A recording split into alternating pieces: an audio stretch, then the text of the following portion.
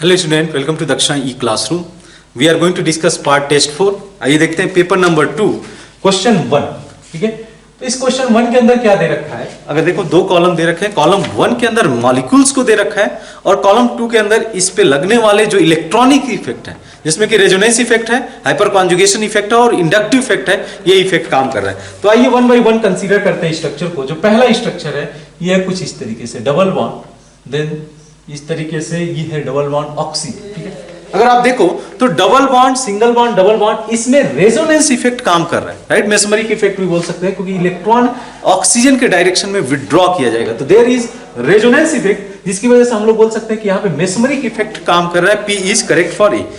Next, inductive effect. Yes, जो electron है, sigma electron है, ये इस डायरेक्शन में शिफ्ट होंगे, यानी we are going to observe inductive effect as well. ठीक है, देन आर की बात करें, hyper conjugation effect. Double bond के रिस्पेक्ट में यहाँ पे अल्फा हाइड्रोजन नहीं प्रेजेंट है, जो कि sp3 हाइब्रिडाइज्ड कार्बन के साथ जुड़ा हो, तो we are not going to observe hyper conjugating effect. Next is non polar. अगर डायपोल मूवमेंट इसका देखा जाए, मॉलिक्यूल का कुछ डायपोल मूवमेंट होगा, mu is not going to be zero, this molecule is going to be polar in the nature and it is not going to be non polar, यानी कि जो है P and Q will be only correct for option ए।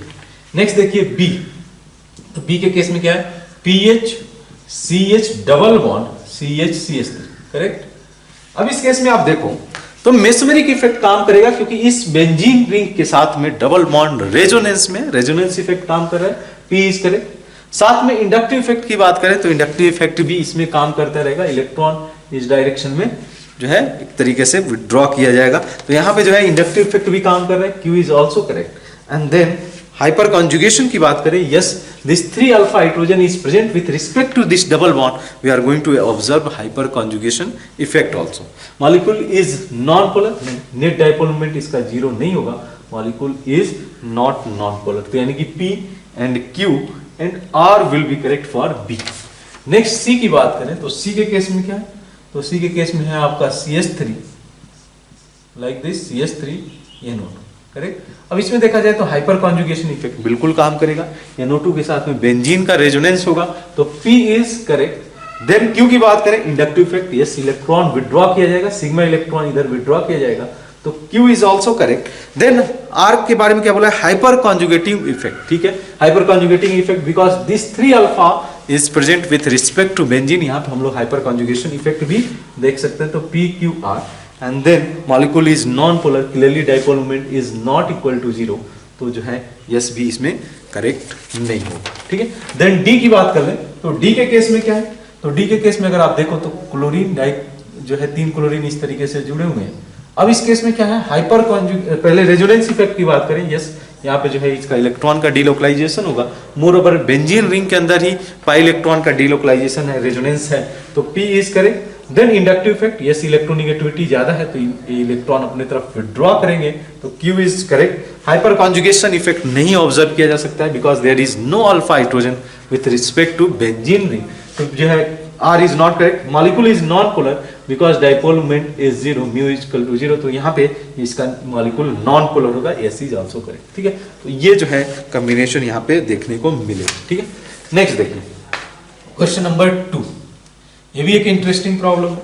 क्या mention किया है कि column first there are given some condition in which a real gas and ideal gas are taken. ठीक है, रियल गैसेस के लिए कंडीशन दे रखा है और आइडियल गैस का कंडीशन दे रखा है। In column second properties of real gas is given matching the corresponding properties of real gas, column first to column second हम लोग को मैच कराना है प्रॉपर्टी से। तो आइए देखते हैं इसमें ऑप्शन ए। ठीक है, हमारे पास रिलेशन क्या होता है कि जेड का जो रिलेशन है, ये रिलेशन कुछ इस तरीके से है, PV रियल, ठीक है, PV real by PV ideal. अब हम लोग को डिफरेंट कंडीशन पे चेक करना है, डिफरेंट कंडीशन पे यहां पे चेक करना होगा। तो देखिए पहला केस क्या दे रखा है कि सैंपल ऑफ, इसी को हम लोग अप्लाई करेंगे हर केस के लिए। ऑप्शन ए में देखते हैं क्या मेंशन किया है? Sample of real gas is exerting a pressure of 1 atm, similar amount of ideal gas is taken in the same container eight the same pressure exert the pressure of 1.2 atm। ठीक है, तो अगर मान लो कि same pressure, same temperature हो गया है और सेम वॉल्यूम भी हो गया because the container is the same, then हम लोग इसी को मॉडिफाइड करके लिख सकते हैं, Z is equal to P ideal by P real. ठीक है, चलिए अपोजिट हो गया ये P real by P ideal, ठीक है। इसी को हम लोग लिख सकते हैं P real by P ideal. अब देखो आप क्या सिंपल सा केस है, यहाँ पे P रियल की जो वैल्यू है वो दे रखा है आपको 1 ATM और ये दे रखा है 1.2 ATM, ठीक है। यानी कि क्लियरली देख सकते हो इस केस में Z is less then 1, Z is less then 1। वैसे भी समझाया जा सकता है कि जो रियल गैस का प्रेशर है कम क्यों होगा, because the attracting force between the molecule is acting very well, means जो फोर्स ऑफ अट्रैक्शन है वो बहुत ज्यादा काम कर रहा है, जिसकी वजह से जो मॉलिक्यूल जिस पार्टिकुलर फोर्स के साथ स्ट्राइक कर रहा है जो है कंटेनर पे उतने स्पीड से नहीं, उतने फोर्स के साथ नहीं स्ट्राइक कर पा रहा है, यानी कि मॉलिक्यूल के अंदर intramolecular force of attraction present है, Z will be less then 1। और सेकेंड मेंशन किया है कि गैस इज लेस कंप्रेसिबल, यहाँ पे gas is more compressible because there is the intermolecular force of attraction is working. तो यहाँ पे मैं बोल सकता हूँ कि इसके लिए ऑप्शन Q करेक्ट हो जाएगा और Q के साथ साथ में ये मोर कंप्रेसिबल है तो यस करेक्ट हो जाएगा, ठीक है। नेक्स्ट देखते हैं बी ऑप्शन। बी में क्या देखा है, दिया हुआ है a sample of real gas is occupying volume of 22.5 litre and the same amount of ideal gas occupy the volume of 22 litre under the similar pressure and temperature condition, ठीक है। तो मैं जेड को लिख सकता हूं, अगर वॉल्यूम के टर्म में लिखना चाहूं तो लिख सकता हूं V real by V ideal, यही चीज लिखा जा सकता है, क्योंकि अगर मैं प्रेशर कांस्टेंट रख दूं तो ये रिलेशन निकल के आएगा V real by V ideal. अब यहाँ पे वी रियल क्या दे रखा है, ये दे रखा है 22.4 एंड वी आइडियल क्या दे रखा है, that is 22। That means Z is value is greater then 1। तो इस केस में अगर ग्रेटर देन 1 है तो P करेक्ट हो जाएगा और P के साथ साथ में इसमें करेक्ट हो जाएगा आपका जो है P के साथ साथ में इसमें गैस इज लेस कंप्रेसिबल, तो P के साथ R विल बी करेक्ट, ठीक है। नेक्स्ट देखिए अगर हम लोग ऑप्शन C की बात करें, ठीक है, तो C के अंदर क्या दे रखा है, sample of real gas contain 2 मोल। तो हम लोग अगर यहाँ पे आइडियल रख दें कि मींस एनआरटी के बराबर रख दें तो यहाँ पे इसको जो है सिंपली लिखा जा सकता है, क्योंकि हम लोग इसको लिख सकते हैं PV इक्वल टू एनआरटी लिखा जा सकता है। तो मैं यहाँ पे लिख सकता हूँ इसी रिलेशन को लिखा जा सकता है Z equal to N real by N ideal, N real by N ideal, ठीक है। तो अगर एन रियल क्या है इसमें ज्यादा है, sample of real gas contain 2 moles, तो 2 मोल्स अगर मैं रख दूं और आइडियल के केस में ये है 1.5, करेक्ट। तो यहाँ पे भी Z की वैल्यू ग्रेटर देन 1 होगा, यानी कि P will be correct and gas will be less compressible, gas will be less compressible PR हो जाएगा। नेक्स्ट देखिए डी ऑप्शन। तो यहाँ पे डेंसिटी दे रखा है, डेंसिटी दे रखा है, बोला गया कि sample of real gas having the sorry density नहीं टेम्परेचर मेंशन किया हुआ है, और sample of real gas having temperature of 273 kelvin, similar amount of ideal gas having the temperature of 300 kelvin. यहाँ पे भी अगर Z को टेम्परेचर के टर्म में लिखा जाए तो यहाँ पे आ जाएगा T real by T ideal, T real by T ideal. कितना है T रियल, या आप देख लो 300 divide by 273 that is greater then 1, ठीक है, 300, ठीक है। तो आइडियल गैस का नहीं, ये थोड़ा सा अपोजिट हो गया, रियल गैस का टेम्परेचर 273 है एंड आइडियल गैस का टेम्परेचर है 300, करेक्ट। तो ये वैल्यू लेस देन 1 होगी, यानी कि गैस इज मोर कंप्रेसिबल, तो Q करेक्ट हो जाएगा एंड यस करेक्ट हो जाएगा। क्लियर है बात, आप इसी रिलेशन से सबको डिराइव कर सकते हैं। तो QS PR then PR and QS, ये रिलेशन होगा क्वेश्चन नंबर 2 के लिए। नेक्स्ट देखिए क्वेश्चन नंबर 3, ठीक है। क्वेश्चन नंबर 3 के अंदर क्या दे रखा है, the number of carbon atom present in the product. तो रिएक्शन क्या दे रखा है, रिएक्शन ये है सिंपली, ये है COOH, इसको हम लोग SOCl2 के साथ ट्रीट कर रहे हैं। तो SOCl2 क्या होगा, इस OH ग्रुप को रिप्लेस कर देगा क्लोरीन से, ये हम लोग आके चल के रिएक्शंस को जो है डिस्कशन में रखेंगे। यहाँ पे OH क्लोरीन से जब रिप्लेस होगा तो ये प्रोडक्ट फॉर्म करेगा आपका COC, ठीक है, COC। तो यहाँ पे जब इसका फॉर्मेशन होगा, आप पूछा गया कि number of carbon atom present in the product, तो आप देख लो 1 2 3 4 5 कार्बन एटम प्रेजेंट है, तो इस केस में जो आंसर होगा वो हो जाएगा 5। क्वेश्चन नंबर 4 की बात करते हैं, ठीक है। क्वेश्चन नंबर 4 में क्या दे रखा है, how many of the following is correctly matched, ठीक है, 1 बाय 1 कंसीडर कर लेते हैं, इसमें कितने करेक्ट होंगे। पहला देखो आप ऑप्शन में, तो इन्होंने दे रखा है lithium hydride, sodium hydride, potassium hydride and caesium hydride. तो इस केस में क्या होगा कि आपका जो रिड्यूसिंग पावर दे रखा है, reducing power they have mention lithium hydride, ठीक है, देन सोडियम हाइड्राइड। करेक्टली जो मैच है उसको हम लोग को देखना है। हम लोग क्या देखते हैं, डाउन द ग्रुप, जो कि down the group easily H minus donate किया जा सकता है, इस वजह से इसका जो है रिड्यूसिंग पावर ज्यादा होगा सीरियम हाइड्राइड का, then potassium hydride, then sodium hydride, then lithium, क्योंकि रिड्यूसिंग पावर सीरियम हाइड्राइड का ज्यादा होगा, जो ऑर्डर ये फॉलो करेगा। तो यानी कि इस केस में जो पहला स्टेटमेंट है वो इनकरेक्ट हो जाता है, जो इन्होंने मेंशन किया कि लिथियम हाइड्राइड का ज्यादा है सोडियम हाइड्राइड से, सोडियम हाइड्राइड का ज्यादा है पोटेशियम हाइड्राइड से, एंड सो। देन अगर बात करें सेकेंड, ठीक है, जो करेक्ट होगा मैं उसको मेंशन करते चलूंगा। जो है इन्होंने इस अपोजिट को दे रखा है, तो इसको मैं करेक्ट नहीं मानता, ठीक है, ये करेक्ट नहीं होगा। नेक्स्ट देखिए second, magnesium carbonate MgCO3, then K2CO3, ठीक है, एंड देन सीजियम CO3। इसका थर्मल स्टेबिलिटी की बात किया, तो डाउन द ग्रुप हम लोग को पता है कि thermal stability is going to increase, जैसे जैसे साइज ऑफ कैटायंस बढ़ेगा, यहाँ पे इसकी थर्मल जो स्टेबिलिटी है वो भी इंक्रीज करते जाएगी, तो second is also correct. Then third की बात करें, थर्ड में लिथियम फ्लोराइड सॉल्युबिलिटी की बात किया है, lithium fluoride, sodium fluoride, then potassium fluoride, and then caesium fluoride. Solubility की बात की, तो अगर हम लोग बात करें इसमें, तो ये जो है सबसे ज्यादा कोवैलेंट कैरेक्टर रखेगा और ये सबसे ज्यादा आयनिक कैरेक्टर रखेगा, तो सॉल्युबिलिटी का जो ऑर्डर है सॉल्युबिलिटी इंक्रीज करेगा, ठीक है, सॉल्युबिलिटी इसका इंक्रीज करेगा, तो third is also correct one, ठीक है। Then fourth one, extent of hydration beryllium 2+ is greater than opposite, beryllium 2+ is greater than calcium 2+ is greater than strontium greater than barium 2+, ठीक है। इस केस में देखा जाए तो साइज जितना स्मॉलर होगा उसका हाइड्रेशन ज्यादा होगा, एक्सटेंट ऑफ हाइड्रेशन का ये ऑर्डर जाएगा, थर्ड इज ऑल्सो करेक्ट, ठीक है। देन फोर्थ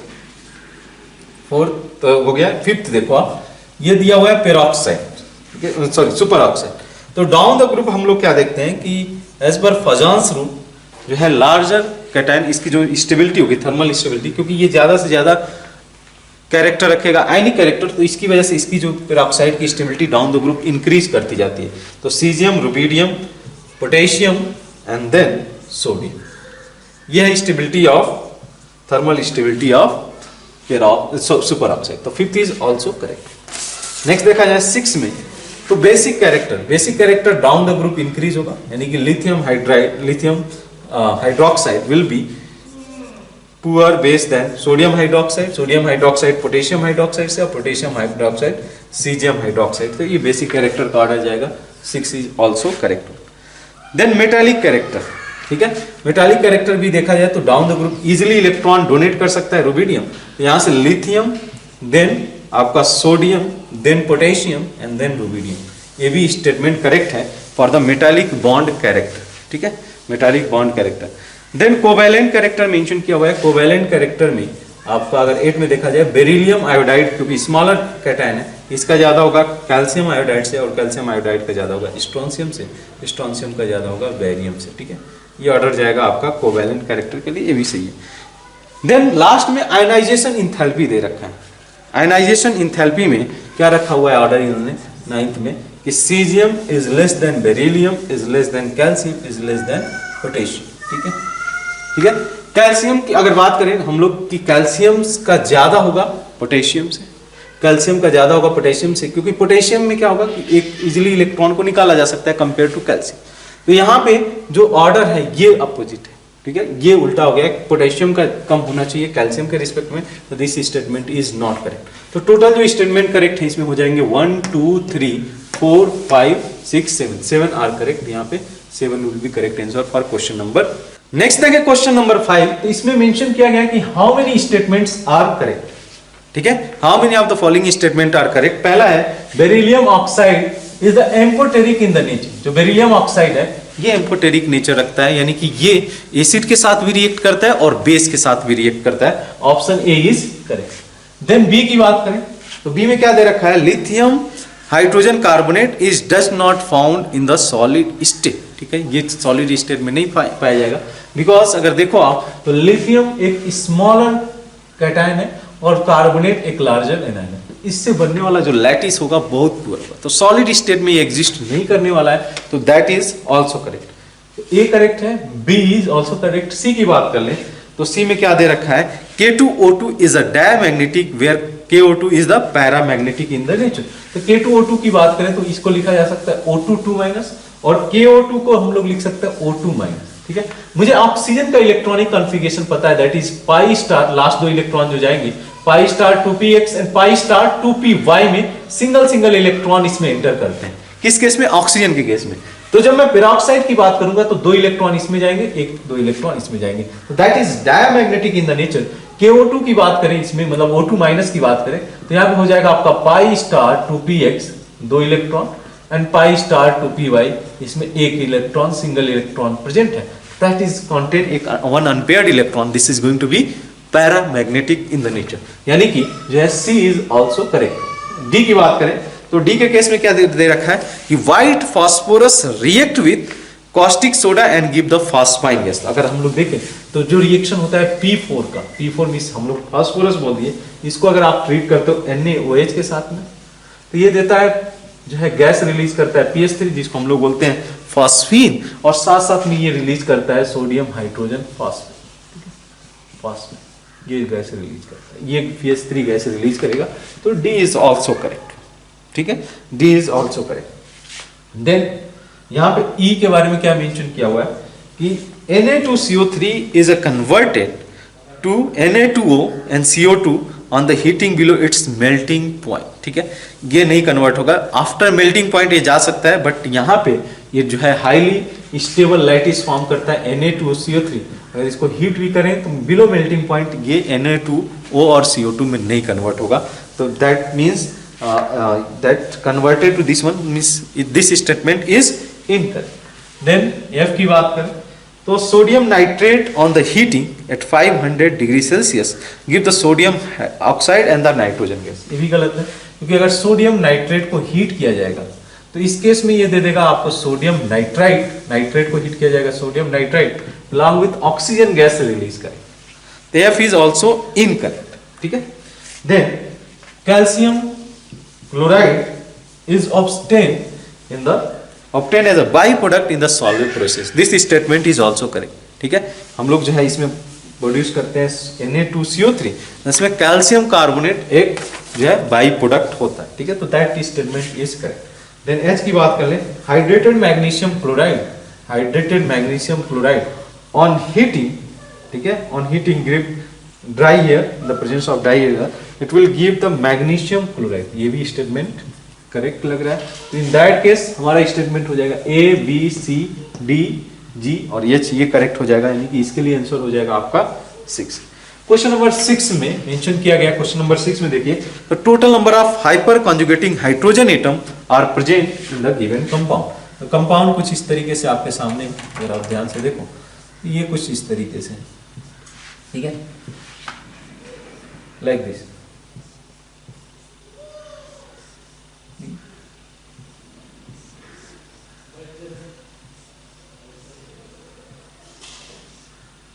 ठीक है, तो इस केस में आप देखो कि बेंजीन के रिस्पेक्ट में जो अल्फा कार्बन है उससे जुड़ा हुआ हाइड्रोजन अल्फा हाइड्रोजन, यानी कि ये हाइपर कॉन्जुगेबल हाइड्रोजन एटम कहलाएगा, like this this this this. ठीक है, तो आपके पास में अगर हाइड्रोजन देखो तो 1 2 3 4 5 6 अल्फा हाइड्रोजन है, तो इस केस में आपका आंसर हो जाएगा 6। ठीक है, क्वेश्चन नंबर 6 के लिए आंसर हो जाएगा 6। नेक्स्ट देखिए क्वेश्चन नंबर 7। तो 7 में पूछा गया है कि how many of the following compound will give positive Tollens test. ठीक है, ये भी मेंशन किया गया कि ये टेस्ट एल्डिहाइड के लिए होता है और साथ साथ में जो टर्मिनल एल्काइन है इस टेस्ट को पॉजिटिव देना है। ठीक है, तो P की बात करें तो P हमारा है टर्मिनल इथाइन है, राइट। इथाइन के केस में ये टर्मिनल एल्काइन है जो सिल्वर नाइट्रेट यानी कि टॉलेंस रिएजेंट के साथ में रिएक्ट करके, टॉलेंस रिएजेंट के साथ ये रिएक्ट करके सिल्वर एसिडोलाइट का फॉर्मेशन करता है। तो यहाँ पे निगेटिव और Ag+ जो व्हाइट 50 का फॉर्मेशन करता है, यानी कि ये टेस्ट पॉजिटिव देगा। क्यों? जो हम लोग को पता है कि एक एसिड भी टेस्ट देता है, डेट इज फॉर्मिक एसिड। तो फॉर्मिक एसिड को अगर टॉलेंस रिएजेंट के साथ ट्रीट करें तो इसको ये ऑक्सीडाइज कर देगा CO2 में और H2O बना लेगा और ये दे देगा साथ में Ag का सिल्वर मिरर का फॉर्मेशन करेगा। तो Q is also going to give positive Tollens reagent test. R की बात करें तो R आपका जो है एसिटाल्डिहाइड दे रखा है CH3COOH। इसको भी अगर टॉलेंस रिएजेंट के साथ ट्रीट करते हैं, एल्डिहाइड टेस्ट देगा तो इसको ऑक्सीडाइज कर देगा ये CH3CO- में, और साथ में Ag का प्रेसिपिटेट दे देगा, सिल्वर मिरर का फॉर्मेशन कर देगा। ठीक है, ये भी सही है। यस की बात करें तो CH3, ठीक है, CH3C+1CH, इसको अगर हम लोग टॉलेंस रिएजेंट के साथ ट्रीट करें सेम कहानी रहेगी जिस तरीके से हम लोगों ने P के केस में देखा है। यहाँ पे बन जाएगा सिल्वर एसिटिलाइड और साथ में ये जनरेट कर देगा जो है व्हाइट PBT का फॉर्मेशन कर देगा। It is also going to give positive Tollens reagent test. Then T की बात करें तो जो है मिथाइल आइसोसाइनाइड है, it will not give Tollens reagent test. Then आपका जो है ketone will also not give positive Tollens reagent test. ठीक है, it will also not give positive Tollens reagent test.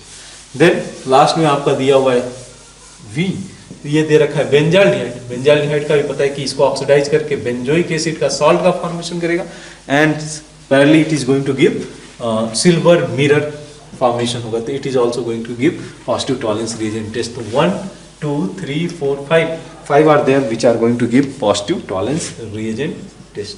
5 will be correct answer for question number 6. Now question number 8, they have mentioned कि K2CO3, Rb2CO3, calcium carbonate, beryllium carbonate, Na2CO3, barium carbonate, strontium carbonate, among the above carbonate the number of carbonate which are more thermally stable than the magnesium carbonate। ठीक है, तो बहुत simple सा फंडा इसमें आता है कि इसमें हम लोग कार्बोनेट अगर लार्जर एनायन लें और फजांस रूल इजीली अप्लाई कर सकते हैं, तो जिसमें आयनिक कैरेक्टर ज्यादा होगा उस थर्मली ज्यादा स्टेबल कहलाएगा, थर्मली ज्यादा स्टेबल होगा। तो जो एल्कली मेटल है compare to alkali earth metal के कार्बोनेट से एल्कली अर्थ मेटल का कार्बोनेट ज्यादा स्टेबल होगा क्योंकि इसमें पोलराइजेशन कम होगा, लेस चार्ज है, पोलराइजेशन कम होगा। तो इसमें कौन कौन से ज्यादा स्टेबल होंगे? K2CO3, yes, it is going to be more thermally more stable than magnesium carbonate. Then rubidium carbonate, yes, alkali metal जो है मैंने बोला कि एल्कली अर्थ मेटल के कार्बोनेट से ज्यादा स्टेबल होंगे। Calcium carbonate, yes, it is also going to be more stable than the magnesium carbonate. Then beryllium carbonate, ये नहीं हो सकता, बेरिलियम कार्बोनेट का साइज स्मॉलर है, पोलराइजेशन ज्यादा होगा कार्बोनेट आयन का, और इन दैट केस ये कोवेलेंट कैरेक्टर गेन किया जाएगा, तो ये it is not going to be more stable. हाँ, डाउन द ग्रुप अगर जाया जाए मतलब बेरिलियम मैग्नीशियम से नीचे उसकी स्टेबिलिटी ज्यादा होगी। Then Na2CO3, yes, it is also going to be more stable than magnesium carbonate. Then barium carbonate, yes, it is going to be more stable than sodium carbonate. Then strontium carbonate, it is also going to be more stable than the magnesium carbonate. So 1 2 3 4 5 6 are the 6 will be correct answer. 6 are which are more stable than thermally more stable than the magnesium carbonate. ठीक है, ये चीज है। Next देखिए question number अगर हम लोग बात करें क्वेश्चन नंबर 9, तो इस केस में ये रिएक्शन दे रखा है CH3, शायद हम लोग कुछ रिएक्शंस इसके नहीं देखे होंगे, ठीक है, इसको जो हम लोग कवर करेंगे later on. CH2 CH CH3, ठीक है, इसको इन्होंने लिंडलर्स कैटलिस्ट के साथ ट्रीट किया। लिंडलर्स कैटलिस्ट में क्या होता है कि पार्शियल हाइड्रोजनेशन होगा ट्रिपल बॉन्ड के अलावा। अगर लिंडलर्स कैटलिस्ट का यूज करें यहाँ पे पार्शियल हाइड्रोजनेशन होगा, और पार्शियल हाइड्रोजनेशन होगा तो ये सिस प्रोडक्ट फॉर्म करेगा like this, CH3 CH2, carbon carbon double bond, HH जुड़ जाएगा यहाँ पे, और यहाँ पे बना लेगा CH2 CH CH3 CH3, इसका फॉर्मेशन कर देगा। ठीक है, इसके बाद इसको क्या किया गया, इसके बाद इन्होंने इसको ओजोनोलिसिस कराया। ठीक है, ओजोनोलिसिस कराया, ऑक्सीडेटिव ओजोनोलिसिस। ठीक है, ऑक्सीडेटिव ओजोनोलिसिस में क्या होगा कि ये बॉन्ड ब्रेक होगा, इसको जो है एक एसिड में कन्वर्ट हो जाएगा, एक एसिड ग्रुप में कन्वर्ट हो जाएगा, तो जो प्रोडक्ट मिलेगा ये आपको मिल जाएगा CH3 CH2 COH, और साथ में मिल जाएगा ये आपका CH3, ठीक है, CH3 CH2 COH, ये प्रोडक्ट मिल जाएगा आपको। ठीक है, अब बात करते हैं, इसको इन्होंने ट्रीट किया हुआ है सोडा लाइम के साथ में। तो सोडा लाइम के साथ में अगर इसको हम लोग ट्रीट करते हैं सोडा लाइम के साथ में, तो इन दैट केस क्या होगा कि ये कन्वर्ट हो जाएगा CH3 CH2, ठीक है, यहाँ पे डीकार्बोक्सिलेशन मतलब डीकार्बोक्सिलेशन अगर होगा, ये COH ग्रुप जो है रिमूव हो जाएगा। सोडा लाइम होता है जो है आपका sodium hydroxide along with calcium oxide, इसके प्रेजेंस में ये आपको इथेन दे देगा। अच्छा, दूसरा बात करें इसका, तो इसको अगर हम लोग जो है सोडा लाइम के साथ ट्रीट करते हैं, सोडा लाइम के साथ में, तो ये आपको दे देगा CH3, ठीक है, CH3। अब पूछा गया है क्वेश्चन के अंदर कंपाउंड डी कॉन्टेन लेस, ठीक है, तो इन दोनों में कंपाउंड डी ये हो गया और कंपाउंड ई ये हो गया, ठीक है। Contain less number of carbon atom than compound E, how many monochloro derivative is possible for compound E.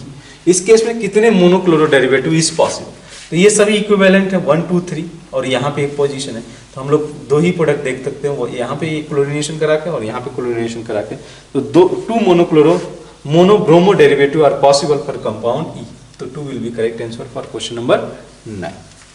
Next देखिए क्वेश्चन नंबर 10, ठीक है, इसमें मेंशन किया गया कि solid copper sulphate .5H2O having covalent bond, ionic bond as well as the coordinate bond. The copper atom or ion form coordinate bond with the number of coordinate bond with water, ठीक है। तो अगर copper 2+ की बात करें तो copper 2+ यहाँ पे वाटर 5 वाटर तो प्रेजेंट है, लेकिन out of 5 4 coordinate covalent bond का फॉर्मेशन करते हैं, लाइक दिस वन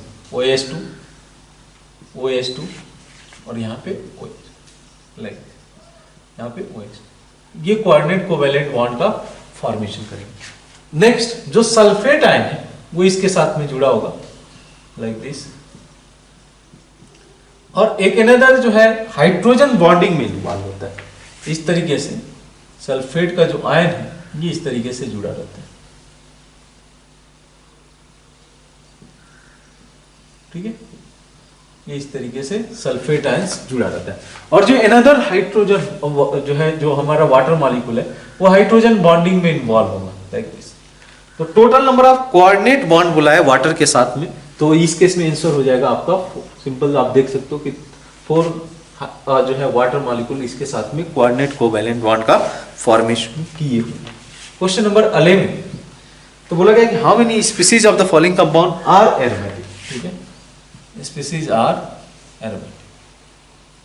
आप देखो ध्यान से, ये जो सिस्टम है ये कहलाता है पिरिडिन। हम देखें तो सिस्टम साइक्लिक है, सिस्टम प्लेनार है, और इसके केस में 4n+2 पाई इलेक्ट्रॉन यानी कि 6 पाई इलेक्ट्रॉन है, तो this system is aromatic. Pyridine में भी डिस्कस किए गए हैं पहले ही। नेक्स्ट आप देखिए, नेक्स्ट जो मॉलिक्यूल है वो है हमारा फ्यूरॉन। तो फ्यूरॉन के केस में भी देखा जाए तो ये पाई इलेक्ट्रॉन, ये जो लोन पेयर ऑफ इलेक्ट्रॉन है पाई इलेक्ट्रॉन कहलाएगा, बिकॉज रेजोनेंस में, तो टोटल पाई इलेक्ट्रॉन के साथ में ये भी सिस्टम एरोमेटिक ही है। देन थर्ड के केस में देखो आप, ठीक है, थर्ड का अगर केस देखा जाए, ये double bond double bond double bond, ये जो कार्बन है ये कार्बन sp3 हाइब्रिडाइज है, ठीक है, तो ये आउट ऑफ प्लेन जाएगा, तो this is going to be non aromatic in the nature, ठीक है, this is going to be non aromatic in the nature. Next देखिए, जो सिस्टम दे रखा है वो है एजुलिन, यहाँ पे 7 मेंबर रिंग और यहाँ पे 5 member ring, double bond double bond double bond, यहाँ पे double bond like this, correct. पूरा का पूरा सिस्टम रेजोनेंस में प्रेजेंट है। तो दिस सिस्टम इज, अगर काउंट किया जाए 1 2 3 4 5 6 7 8 9 10 पाई इलेक्ट्रॉन के साथ में this system is also aromatic. Then next आप देखो फिफ्थ वन, तो फिफ्थ के केस में है नाइट्रोजन, यहाँ से जुड़ा हुआ है डबल बॉन्ड पॉजिटिव चार्ज, ये sp3 हाइब्रिडाइज है, तो ये हमारा एरोमेटिक नहीं हो सकता है, this system is going to be non aromatic, this system is going to be non aromatic. Similarly इसकी बात करें तो यहाँ पे ये कार्बन sp3 हाइब्रिडाइज है, ये भी कार्बन sp3 हाइब्रिडाइज है, this system is non aromatic. Then ये सिस्टम की बात करें, दिस इज साइक्लोपेंटाडाइनाइल एनायन, ये सिस्टम एरोमेटिक होगा। देन दे रखा है आपका थायोफिन, ठीक है, थायोफिन सब क्राइटेरिया मेंशन होना चाहिए। थायोफिन के अंदर ये लोन पेयर ऑफ इलेक्ट्रॉन है जो रेजोनेंस का पार्ट होगा, तो this system is aromatic with the 6 pi electron, ये कंसीडर किया जाएगा। नेक्स्ट आप देखो, इस केस में दे रखा है दिस वन, ठीक है, ये sp3 हाइब्रिडाइज है, this is non aromatic in the nature. तो कितने एरोमेटिक हो गए, 1 2 3 कंपाउंड्स हैं, अच्छा ऊपर में भी है, तो 3 हो गए आपका, यहाँ पे एक सेकेंड, 1 2 3 4 5, तो 5 are total compounds which are aromatic in the nature. Next देखिए क्वेश्चन नंबर 12, ठीक है, इस केस में मेंशन किया गया है कि in how many of the following cases gas is more compressible than the ideal gas, ठीक है। तो आपको देखना है कि किस केसेस में Z की वैल्यू लेस देन 1 आ रही है उस केस में gas phase will be more compressible. तो यहाँ पे जो है देखो आप, पहला स्टेटमेंट पहला दे रखा है इन्होंने फर्स्ट वाले केस में, O2 gas has a density of 20 ग्राम पर litre at the 10 ATM and the 300 kelvin temperature. तो यहाँ पे हम लोग जेड का जो रिलेशन है ये निकाल सकते हैं PM/DRT, ठीक है, PM/DRT, ये जेड का जो है रिलेशन आएगा। तो प्रेशर दे है मेंशन, सभी जो है वैल्यू दे रखा है 10 ATM, मोलर वॉल्यूम 32, जो डेंसिटी है दैट इज 20, आर की वैल्यू हम लोग को लेना है 1/12 और टेम्परेचर दैट इज 300, ठीक है, टेम्परेचर दैट इज 300। तो यहाँ पे ये कैंसिल हो जाएगा, ठीक है, ये 6 चला जाएगा और अगर हम लोग इसको कैंसिल आउट कर दे तो ये 2 आ जाएगा। ये जो फाइनल रिलेशन जो आएगा ये आ जाएगा 16/25, दैट इज लेस देन 1, यानी कि gas is more compressible with respect to ideal gas. Second N2 gas at 2 ATM and the 273 kelvin, molar volume is the 6 litre, ठीक है। अगर देखा जाए तो मोलर वॉल्यूम कितना होना चाहिए, 11.2 लीटर होना चाहिए, क्योंकि प्रेशर डबल है। तो जो है हम लोग लिख सकते हैं यहाँ पे Z is equal to V real by V ideal, V real by V ideal, V real they have mentioned that is 11 V real is they have mentioned molar volume that is 6 और V ideal हो जाएगा 11.2 that is less than 1, ठीक है। यानी कि ये भी statement correct है, ये gas is more compressible, this is more compressible. Third की बात करें तो थर्ड के केस में बोला है कि gas A at its critical temperature and the pressure is less than critical pressure, तो temperature less than critical temperature है but pressure less than critical pressure है, इस केस में गैस मोर कंप्रेसिबल हो, ठीक है, gas will be more compressible, यानी कि jet will be less then 1, ये भी करेक्ट है। थर्ड जो है हो गया। फोर्थ की बात करें तो फोर्थ के केस में gases having their temperature above the Boyle temperature, तो अगर बॉयल्स टेम्परेचर की बात करें, बॉयल्स टेम्परेचर पे ये नियरली आइडियल गैस बिहेवियर को शो करता है। एवं अगर बॉयल्स टेम्परेचर की बात करें तो यहाँ पे ये गैस लेस कंप्रेसिबल होगा, न कि मोर कंप्रेसिबल होगा। बॉयल्स टेम्परेचर से नीचे चला जाए तो गैस इस तरीके से होगा, यानी कि गैस मोर कंप्रेसिबल होगा लो प्रेशर रीजन में। तो फिफ्थ अगर मैं बात करूँ, फोर्थ दे रखा है S2 at NTP। फोर्थ पहले बात कर लेते हैं। S2 at NTP will show the positive deviation. अगर हम लोग देखें S2 गैस का ऐसे है कर्व, तो ये कर्व अगर हम लोग Z वर्सेस P का कर्व देखें तो ये ग्रेटर देन 1 होता है ऑलवेज, तो यहाँ पे ये लेस कंप्रेसिबल होगा, गैस मोर कंप्रेसिबल नहीं होगा, ये नहीं हो सकता। अच्छा, फिफ्थ के केस में मैं क्या बोला हूँ कि gases having their Boyle's temperature, their Boyle's having their temperature above their Boyle's temperature, Boyle's temperature से ऊपर इस तरीके से कर्व जाएगा, एट बॉयल्स टेम्परेचर इस तरीके से Z इक्वल टू 1 के लिए जाएगा, मतलब क्लोज जाएगा लो प्रेशर रीजन में, और हाई प्रेशर रीजन में Z ग्रेटर देन 1 होगा। तो यहाँ पे फिफ्थ इज इनकरेक्ट, फिफ्थ तो करेक्ट नहीं हो सकता है। सिक्स की बात करें तो सिक्स के अंदर बोला गया कि gases having temperature below their Boyle's temperature, that is correct only, ठीक है। तो ये जो है मोर कंप्रेसिबल होगा। Then CH4 at 333 kelvin and the low pressure region, तो 333 केल्विन यानी कि बॉयल्स टेम्परेचर पे अगर देखा जाए तो कर्व कुछ ऐसे जाएगा। तो यहाँ पे Z की वैल्यू अगर सेवेंथ की बात करें, सेवेंथ के केस में क्या होगा, Z की वैल्यू 1, ठीक है, तो ये मोर कंप्रेसिबल नहीं होगा। तो कौन कौन सा आंसर हो जाएगा, first, second, third and six, यानी कि 4 option will be correct for question number 12, ठीक है, question number 12। Now question number 13 भी देख लेते हैं। क्वेश्चन नंबर 13 के अंदर क्या मेंशन किया गया है कि how many of the following statements are incorrect, incorrect देखना है। तो फर्स्ट के केस में क्या दे रखा है कि final temperature in the adiabatic free expansion is less than the final temperature in the isothermal free expansion if the carried out from the same initial state, ठीक है, सेम इनिशियल स्टेट में। तो अगर देखो आप फर्स्ट के case में final temperature in the adiabatic free expansion यानी कि Q इक्वल टू 0 होगा, तो हम लोग लिख सकते हैं वर्क डन भी 0 होगा फ्री एक्सपेंशन में, तो डेल U इक्वल टू 0, ठीक है, del U equal to 0 means T1 equal to T2 for adiabatic process के लिए, and is less than the final temperature, ठीक है, is less than the final temperature in the isothermal process। isothermal में भी delta T 0 होगा, तो isothermal में delta T 0 means T1 equal to T2, यानी कि दोनों के केस में टेम्परेचर इक्वल होगा। ऐसा नहीं होगा कि फाइनल टेम्परेचर लेस होगा, दोनों के केस में, आइडियल गैस के केस में दोनों का टेम्परेचर इक्वल होगा, फाइनल टेम्परेचर और इनिशियल टेम्परेचर। तो first statement is incorrect. Then second की बात करें तो an adiabatic process is always isentropic, ये भी गलत है। जो रिवर्सिबल एडियाबैटिक प्रोसेस होता है वो आइसोएंट्रोपिक होता है, इरिवर्सिबल आइसोएंट्रोपिक नहीं होता है। Third, more heat is absorb by ideal gas if it is subjected to isothermal reversible expansion process than a irreversible isothermal expansion process between the same state। ठीक है, तो अगर देखा जाए कि जो मैग्नीट्यूड है, ठीक है, magnitude of work done in the reversible process will be मोर। ठीक है, तो हीट जो एब्जॉर्ब होगा, मैं यहाँ पे अगर आइसोथर्मल प्रोसेस लिया गया तो डेल्टा यू इक्वल टू 0, तो delta U equal to 0 means Q equal to minus W. अगर हम लोग को पता है कि मैग्नीट्यूड जो होगा वो रिवर्सिबल प्रोसेस के केस में वर्क डन ज्यादा होगा अगर एक्सपेंशन होता है कंपेयर टू इरिवर्सिबल के केस में, क्योंकि कर्व से भी समझा जा सकता है कि रिवर्सिबल के केस में एक्सपेंशन इस तरीके से वर्क डन लिया जाएगा, इसके अंडर में जो एरिया होगा, और इरिवर्सिबल में ये जाएगा। तो मैग्नीट्यूड किसका ज्यादा है? मैग्नीट्यूड अगर देखो तो इसका ज्यादा है। तो किस केस में हीट ज्यादा एब्जॉर्ब होगा? रिवर्सिबल के केस में। यहाँ पे लेकिन क्वेश्चन के अंदर क्या बोला है कि more heat is absorb in ideal gas if is subjected to isothermal reversible expansion process then the irreversible expansion. तो third is correct one, third is correct. Fourth की बात कर लें, ठीक है, थर्ड इज करेक्ट, तो यानी कि हम लोग को इनकरेक्ट देखना है। फोर्थ की बात करें, as a magnitude of work done is more, ठीक है, for fourth one, sorry, during isothermal expansion of any substance internal energy will remain constant। हाँ, delta T 0, that means delta U is equal to 0। ठीक है,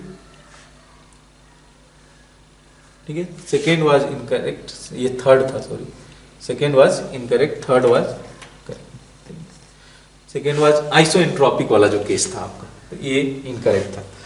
तो ये भी क्या mention किया गया है फोर्थ के अंदर, during isothermal expansion of any substance isothermal internal energy will remain constant, delta U equal to 0 means delta T equal to 0 means delta U equal to 0। ठीक है, तो fourth one is also correct only. Then 5 की बात कर लें। 5 के case में mention किया गया adiabatic expansion always causes cooling. ठीक है, अगर एडियाबैटिक एक्सपेंशन कराते हैं मींस Q इक्वल टू 0, तो delta U equal to W लिखा जा सकता है, delta U equal to Q plus W। अगर एक्सपेंशन होगा, वो एक्सपेंशन होगा तो वर्क डन निगेटिव होगा, work done negative means temperature will decrease, यानी कि this statement is also correct, but हम लोग को निकालना है इनकरेक्ट। 6 की बात कर लेते हैं।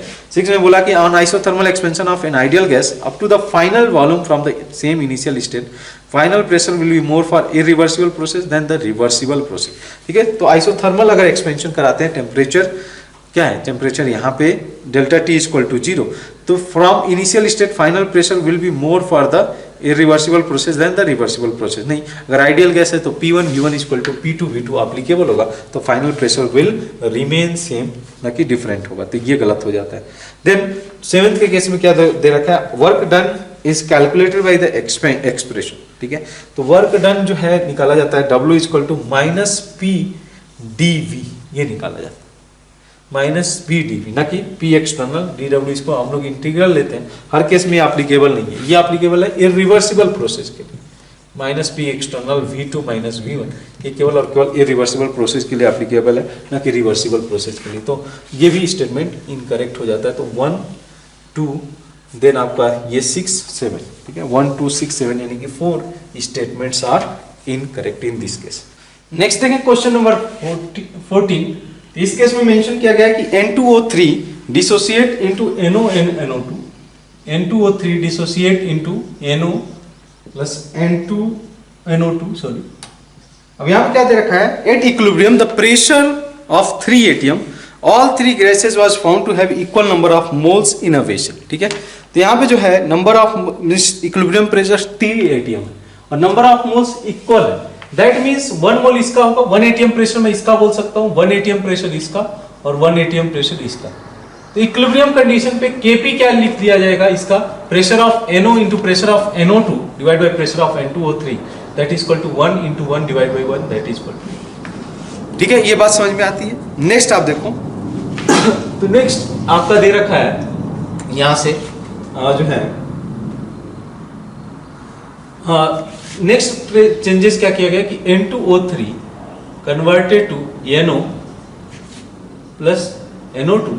इस केस में क्या है कि बोला गया कि all 3 gases are found to be have equal number of moles.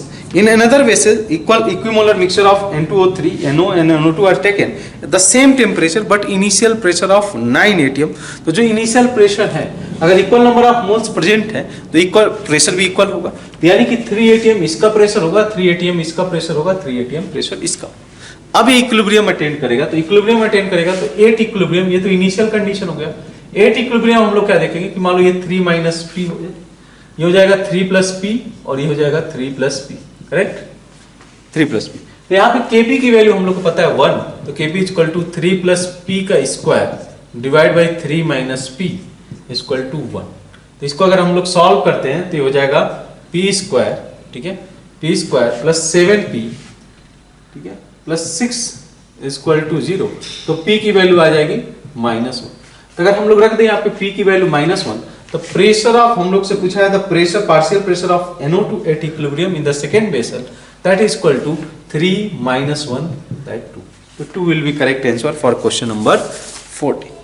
Now question number 15 के अंदर देखिए आप, तो क्वेश्चन नंबर 15 में क्या दे रखा है कि इस तरीके से चैम्बर ऑक्सीजन और NO2 का दे रखा है, इसमें ऑक्सीजन है और N2 गैस है और ये एडियाबैटिक वॉल है, this is the adiabatic wall. अब क्या कहता है, gases at the same temperature pressure if the O2 and N2 are assumed to be behave ideally, then the removing the partition, इस partition को अगर रिमूव किया जाए तो how many of the following are expected to be incorrect for this process, ठीक है, incorrect for this process। तो आप देखो, आप पहला दे रखा है del S system is less than 0, ठीक है, del S system is less than 0, तो यहाँ पे इन्होंने इनकरेक्ट दे रखा है। तो डेल एस सिस्टम एंट्रोपी इस केस में इंक्रीज होती है, जब मिक्सिंग होगी तो del S system will be greater than 0, ठीक है। तो first is incorrect, first del S system less than 0 दिया हुआ है, तो फर्स्ट इज इनकरेक्ट। जो इनकरेक्ट है मैं मेंशन करते चलता हूँ। Del S surrounding is less than 0, del S surrounding is less than 0, del S surrounding will be 0 because this is the adiabatic wall, तो del S surrounding will be less than 0। Mixing में समझ सकते हो कि different जो randomness है वो अब इंक्रीज कर जाएगा। पहले ऑर्डर में O2 गैसेज हैं, जब मिक्सिंग हो जाएगा तो entropy of system is going to increase, del S surrounding will be equal to 0, ठीक है, ये भी statement correct. Del S universe, del S universe क्या हो जाएगा, del S system plus del S surrounding, del S system greater than 0, del S surrounding is equal to 0, that means del S universe will be greater than 0, ये statement correct हो जाएगा। Then del U, second is, third is del U is greater than 0, ठीक है, ये statement incorrect हो जाएगा because यहाँ पे मिक्सिंग हो रहा है, तो गैसेस, दोनों गैसेस एक्सपेंड हो रही हैं, दोनों गैसेज एक्सपेंड हो रही हैं।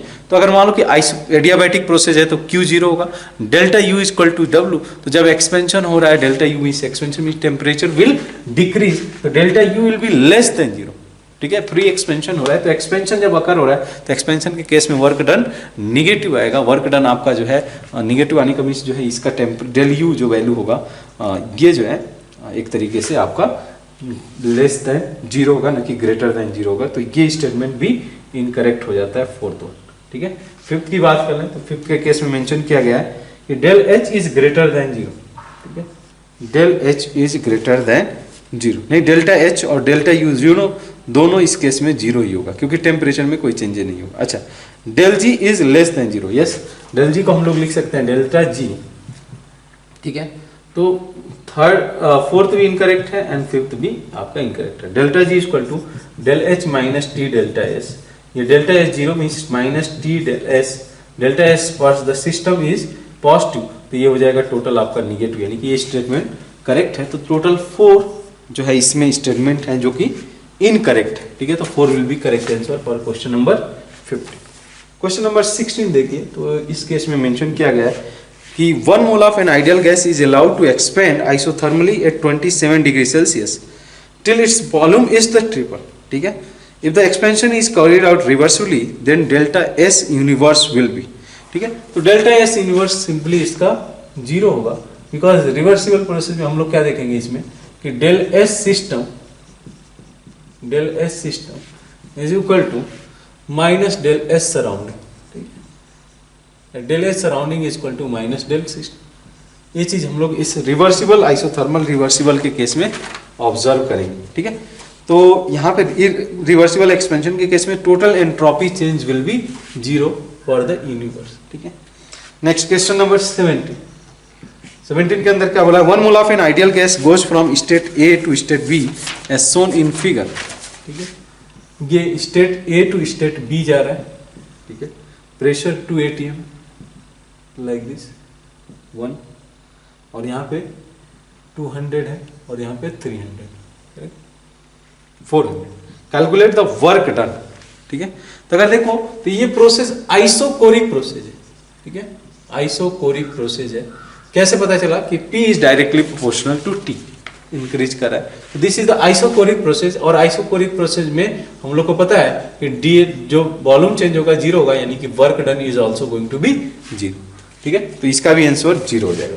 क्वेश्चन नंबर 18 बहुत सिंपल सा केस है। क्या बोला है कि if heat of reaction for acid base that is HA plus NaOH, ठीक है, एक वीक बेस लिया हुआ है, इसको रिएक्ट किया हुआ है, सॉल्ट का फॉर्मेशन किया हुआ है, एक स्ट्रॉन्ग बेस के साथ रिएक्शन हुआ है, और delta H they have given that is equal to -6.7। तो हीट ऑफ डिसोसिएशन, तो अगर मान लो कि अगर हम लोग कंसीडर करें कि स्ट्रॉन्ग एसिड और स्ट्रॉन्ग बेस जब आपस में रिएक्ट करते हैं तो डेल्टा H उस केस में होता है -13.7। तो जो हीट ऑफ डिसोसिएशन, जो हीट एप्लीकेबल है, क्योंकि इसने -6.7 एनर्जी रिलीज किया, मींस रेस्ट जो एनर्जी है वो बॉन्ड को ब्रेक करने में यूज किया होगा। तो यहाँ पे हम लोग बोल सकते हैं कि जो हीट ऑफ डिसोसिएशन होगा वो हो जाएगा -13.7, ठीक है, 13.7 प्लस 6.7 दैट विल गिव, जो है ये वैल्यू निगेटिव एक्चुअली होगी, तो मींस ये वैल्यू आ जाएगा आपका 7 विल बी करेक्ट, ठीक है।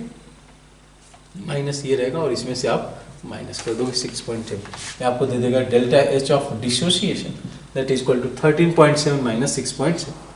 क्वेश्चन नंबर 19 क्या मेंशन किया गया, mixture of 32 gram of O2 means 1 mole and 16 gram of D2 is allowed, 16 gram of O2 means 4 moles, ठीक है। यही चीज होगा जो है D2 हम लोग को दे रखा है, तो D2 मींस ड्यूटीरियम है, और ड्यूटीरियम में हम लोग को पता है कि एक ड्यूटीरियम एटम में एक प्रोटॉन और एक न्यूट्रॉन होगा, तो टोटल इसका जो मोलर मास होगा वो होगा 4।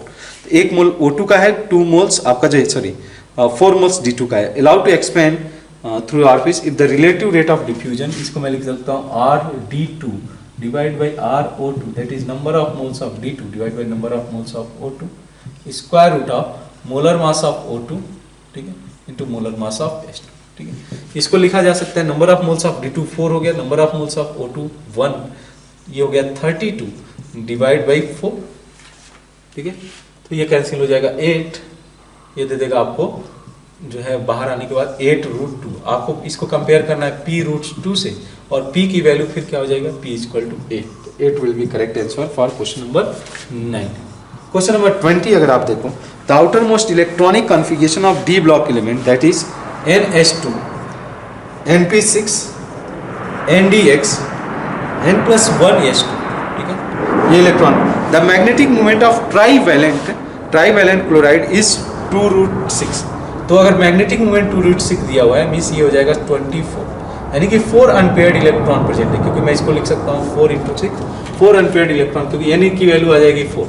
तो अगर हम लोग 4 अनपेयर्ड इलेक्ट्रॉन देख रहे हैं किसके, इसके trivalent, the magnetic moment of trivalent chloride, तो यानी कि टोटल जो इलेक्ट्रॉन्स प्रेजेंट हैं इसमें, राइट, कि प्लस अगर मान लो कि यहाँ पे इलेक्ट्रॉन में निकालूं ट्राईवैलेंट के केस में क्या हो जाएगा, ये तो इसका कॉन्फ़िगरेशन है, ट्राईवैलेंट में केस में क्या हो जाएगा NP6 ND, ठीक है, 3 इलेक्ट्रॉन निकाल दिया जाए तो X-1 और ये हो जाएगा N+1S0, ये चीज होगा। तो अगर मैं इसमें रख देता हूँ कि इसके जो नंबर ऑफ अनपेयर्ड इलेक्ट्रॉन है X-1 equal to number of unpaired electron is 4, that means X = 5। तो यहाँ पे X की वैल्यू 5 हो जाएगी। कैसे मैंने किया, ये ट्राईवैलेंट है, मीन्स अगर M3+ में लूँ, इसका इलेक्ट्रॉनिक कन्फिगरेशन ये होगा, M का कन्फिगरेशन ये होगा। इस केस में जो आंसर हो जाएगा वो हो जाएगा आपका 5।